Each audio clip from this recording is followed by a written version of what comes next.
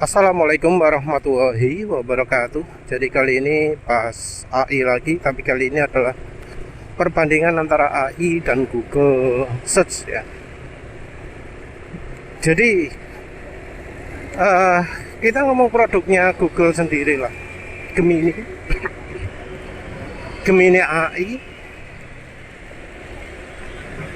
yang ya diklaim menggunakan search engine-nya Google, diklaim menggunakan video YouTube-nya Google ya.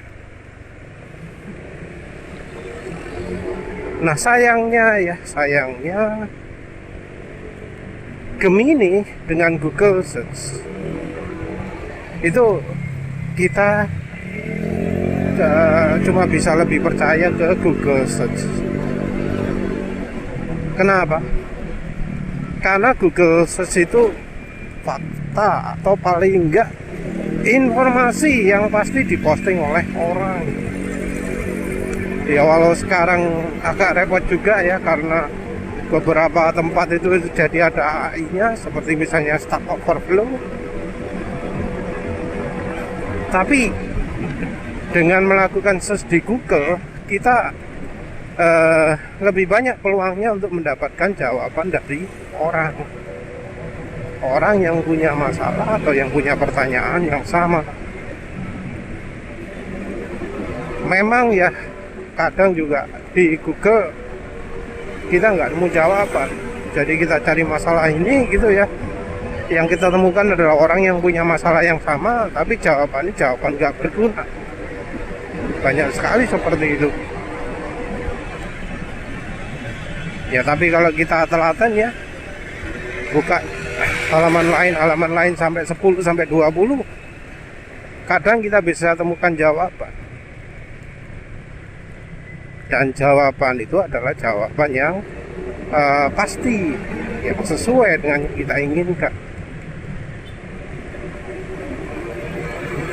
Nah sementara itu pakai AI, pakai Gemini, kita akan dapat jawaban jauh lebih cepat, nggak perlu berhalaman-halaman ya. Untuk tahu jawaban dari pertanyaan kita, dari apa yang kita butuhkan, dari yang kita ingin tahu, langsung cepat. Tapi masalahnya nggak mesti informasi yang diberikan itu benar. Kadang ngomong sok yakin ya, sudah dikasih tahu. Kalau nggak yakin nggak usah kasih tahu, jangan ngarang jawaban ya. Oh saya yakin, 90% yakin, 99% yakin bahwa jawabannya adalah ini gitu ya. Nah, dan ini pakai yang pro ya. Jadi di Gemini itu ada versi cepat, versi penalaran, versi pro. Ini tanyanya pakai yang versi pro. Jadi akun gratisnya kan ono pro-nya, dapat beberapa kali pro gitu ya. Sehari mungkin 2 kali kalau nggak salah. Ya wes, tanya pakai pro, kasih jawaban meyakinkan sekali ya. Oh kalau ini 90% yakin ini. Tapi ya sayangnya ya jawaban yang diberikan itu salah, karena kebetulan editor tahu beberapa detail dari ya yang bakal diberikan itu. Karena tahu detailnya, tahu bahwa ya omongannya banyak yang ngawur dari semua segi. Ada beberapa jawaban yang diberikan, semuanya diomongkan 90%, 80%, 90% yakin. Tapi kalau yang bener, omongannya ngaco.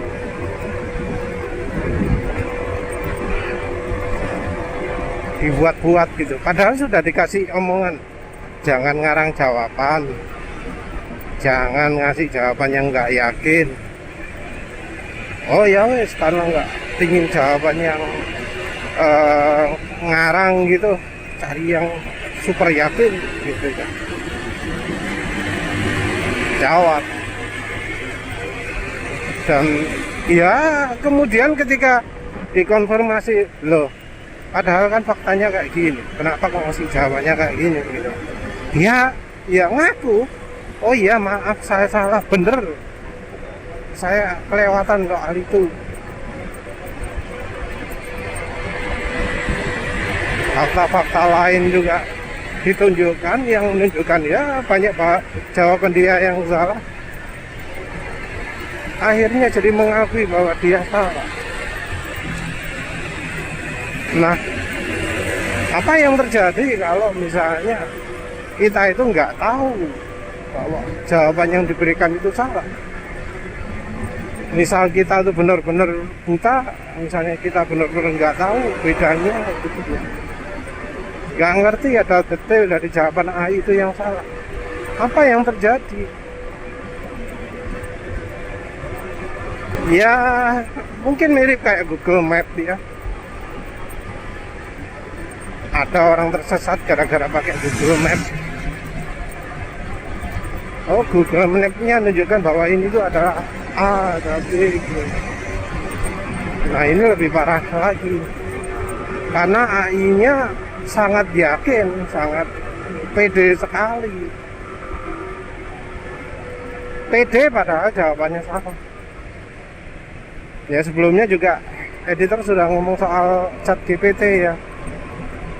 ChatGPT yang AI itu sampai berani bohong ya.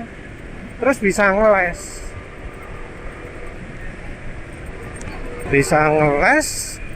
Bisa memutar balikkan omongan.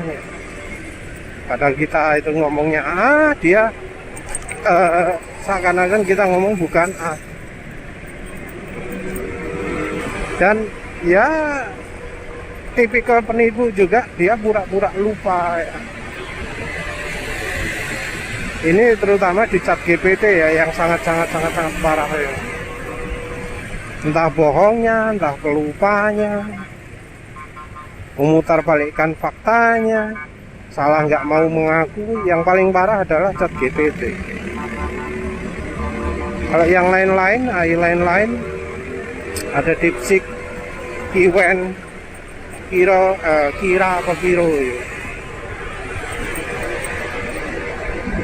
Claude, Claude ya, termasuk juga Gemini. Itu kalau kita tahu ada salah, terus kita ngomong salahnya di mana, biasanya ini akan mengakui. Nah kalau ChatGPT nggak mau mengakui, ngeles, cari alasan segala macam biar dia nggak minta maaf. Ya kalau ChatGPT mungkin tipikalnya penipu ya. Mungkin karena ya banyak dipakai untuk menipu barangkali ya. Ya sayangnya walau AI itu disebut, oh ini jago analisa, oh ini jago ini gitu ya. Saya tidak lepas dari terlalu pede itu ya. Ngomong sangat pede sekali ya, padahal salah. Dan ini juga termasuk ke AI yang ada di Google Search. Jadi kalau kita melakukan Google Search, biasanya ada rangkumannya AI. AI-nya ngomong, oh kalau anu gini. Nah itu sayangnya tidak lepas dari problem ini gitu ya. Nah dari dunia akademis sendiri sudah tahu ya bahwa AI sekarang perkembangannya negatif, buruk ya. Karena AI-nya tidak bisa membedakan antara yang benar dan yang salah. Jadi nggak ada filtrasi, nggak ada logika yang ya bisa membuat AI itu tahu yang benar yang mana, yang salah yang mana.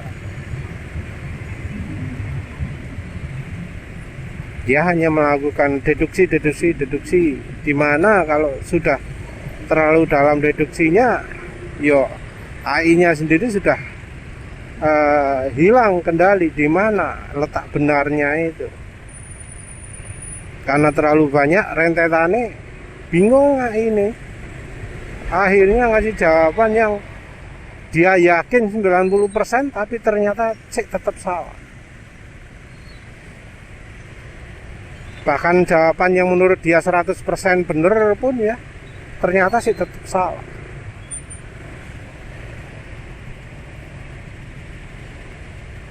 Dan walau kita ngomong jangan bohong, jangan ngulangi ini, kadang ya ngeyel karena gak nemu jalan lagi. Ini namanya algoritma, dia mencari jalan informasinya lewat mana gitu. Kalau wis mentok, dia ya pasti akan berusaha menemukan sesuatu. Jadi AI itu nggak dirancang kalau buntu ya ngaku, enggak. Sepertinya di program kalau buntu wis ngarang, buat cerita, menghayal, ciptakan sesuatu. Jadi kalau sekarang ini ingin cari informasi ya, Google Search itu masih tetap yang paling oke. Kenapa bukan search engine lain? Ya karena search engine lain kemplu kabeh, goblok kabeh. Karena informasi itu kan kita cari yang spesifik sesuai dengan kata kunci. Tapi kebanyakan search engine itu goblok banget gitu. Entah sing program itu gak mikir gitu. Yang namanya search engine itu adalah mencari sesuatu berdasarkan kata kunci kan. Nah, defaultnya search engine itu mencari sebagian atau semua.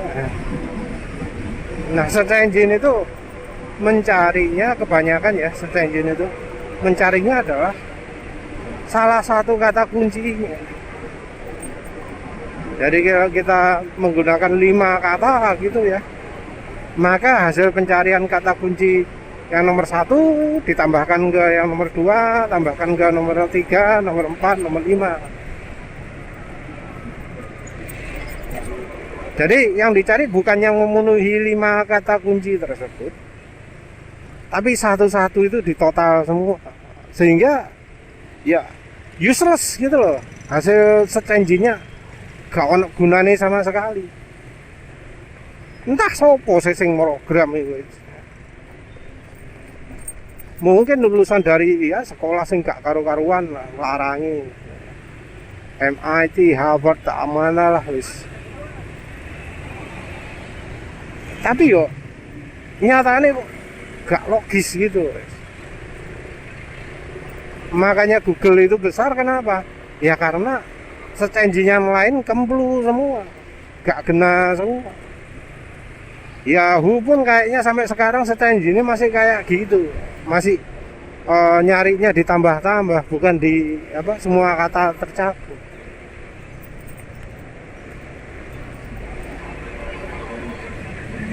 Padahal ya kalau misalnya kita lihat dari yang namanya query database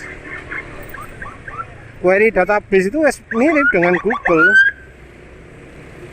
Kita cari yang ini ya wes yang ditampilkan itu toh. Semua database kayak gitu. Lah ini search engine kenapa kok nggak mengikuti aturannya database? Kalau cari ini ya tunjukkan yang itu toh. Kenapa kok tunjukkan semua gitu? Berarti kan problemnya bukan di algoritmanya, bukan di apakah programnya nggak mendukung atau tidak, tapi dari orang yang buatnya ini yang bermasalah. Kenapa kok ngeyel harus hasilnya seperti itu? Dan ya orang-orang yang seperti itu juga orang yang sama kemudian mengembangkan AI. Jadinya AI sekarang ini ngawur ngacak itu ya salah satunya seperti itu. Dan sayangnya di Google pun juga sama. Banyak ngawurnya. Ya sebenarnya juga algoritma untuk AI sendiri cuma sedikit ya. Katanya cuma LLM yang sekarang paling banyak. Yang ya terbukti gak pinter.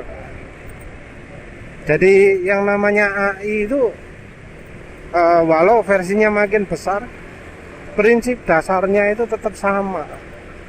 Ada versi ini, versi ini, versi ini, tapi katanya dari sisi dasarnya, basicnya itu podo. Nah kalau basicnya wis kayak ngono ya, hasilnya ya nggak akan bisa makin pintar ya. Kalau disebut neural network, ya dulu tugas akhir editor juga itu neural network untuk prediksi berdasarkan data. Yang namanya prediksi itu ada namanya timbangan ya. Jadi ya harus tahu semua faktornya. Nah AI ya kira-kira seperti itu, nyari informasi terus kemudian digabungkan, disaring, dan ya dilaporkan. Yang hebat dari AI sekarang itu dari sisi bahasa. Nah yang jadi kendala adalah karena informasi yang selain dari bahasa itu kebanyakan sepotong-sepotong. Harus ada orang yang pinter yang menunjukkan, oh yang ini itu adalah ini adalah ini. Tapi kan ya sekarang gak ono sih nunjuk. Ada yang ngomong AI bakal makin pinter, yoga lah. Bisa jadi makin banyak data makin bodoh AI itu. Kenapa? Ya kan yang namanya data itu harus ada yang mengawasi ya. Data sauno kayak gak ono sing ngawasi ya percuma. Kalau nggak ada orang yang ngasih tahu ini bener ini salah gitu. Sementara itu ya AI-nya belajar ya lewat AI juga. Ada AI khusus untuk bikin pembelajaran. Jadi AI-nya di training oleh AI juga. Yang model AI-nya juga sama saja. Akhirnya apa? Ya, sekarang ini ya makin lama berkomunikasi dengan AI, makin tahu bahwa AI itu untuk satu hal gak iso dicegah bodohnya lah. Mungkin dia bisa nulis kode, bisa buat informasi macam ini gitu ya. Lebih canggih, lebih hebat. Tapi yang namanya bug, yang namanya kesalahan logika itu sulit ya. Sulit dibenahi. Yang namanya bug pun kadang sampai bolak-balik sampai pengrombolo gak mari-mari gak tuntas-tuntas. Padahal kalau orang bisa langsung jeder sekian selesai.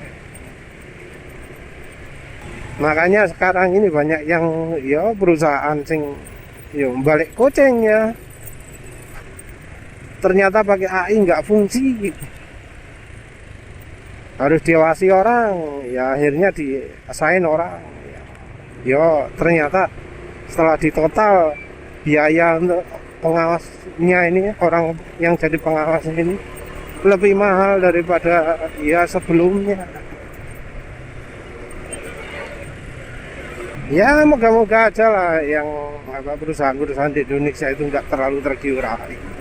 Karena banyak perusahaan-perusahaan di luar sana yang mengandalkan AI yang hancur. Kayak AWS itu yang dulu getol sekali ngomong paket online gitu ya. Migrasi ke online semua, ke cloud. Lebih enak, lebih ini, lebih anu. Padahal ya itu cuma hanya untuk yang kaya toh ya, yang punya uang, mereka duit-duit. Mutung ada, tambah entek gak karu-karuan. Setelah cloud kemudian ini pakai AI, integrasi AI, ini bisa dengan AI. Memang ada yang beberapa yang dikasihkan ke AI. Tapi AI itu gak bisa mikir. Kalau ada pekerjaan yang serius yang kemudian diserahkan ke AI ya bisa kacau. Karena terbukti AI itu bukan makin lama makin pintar, tapi makin lama makin kacau. Ini berdasarkan pengalaman pribadi. Makin lama diajak omong bukan makin ngerti makin akeh ngawuri sampai akhirnya nyerah dia. Oh ya wis, maaf gak bisa ngasih jawaban karena ternyata ya omonganku mau salah kabeh, bujuk kabeh, terlalu pede. Jadi ya sayangnya sekarang cuma untuk hal yang spesifik tok ya. Kalau untuk secara umum ada beberapa hal yang AI itu nggak mungkin iso bener. Ya wis lah, itu saja. Terima kasih sudah menonton. Assalamualaikum warahmatullahi wabarakatuh.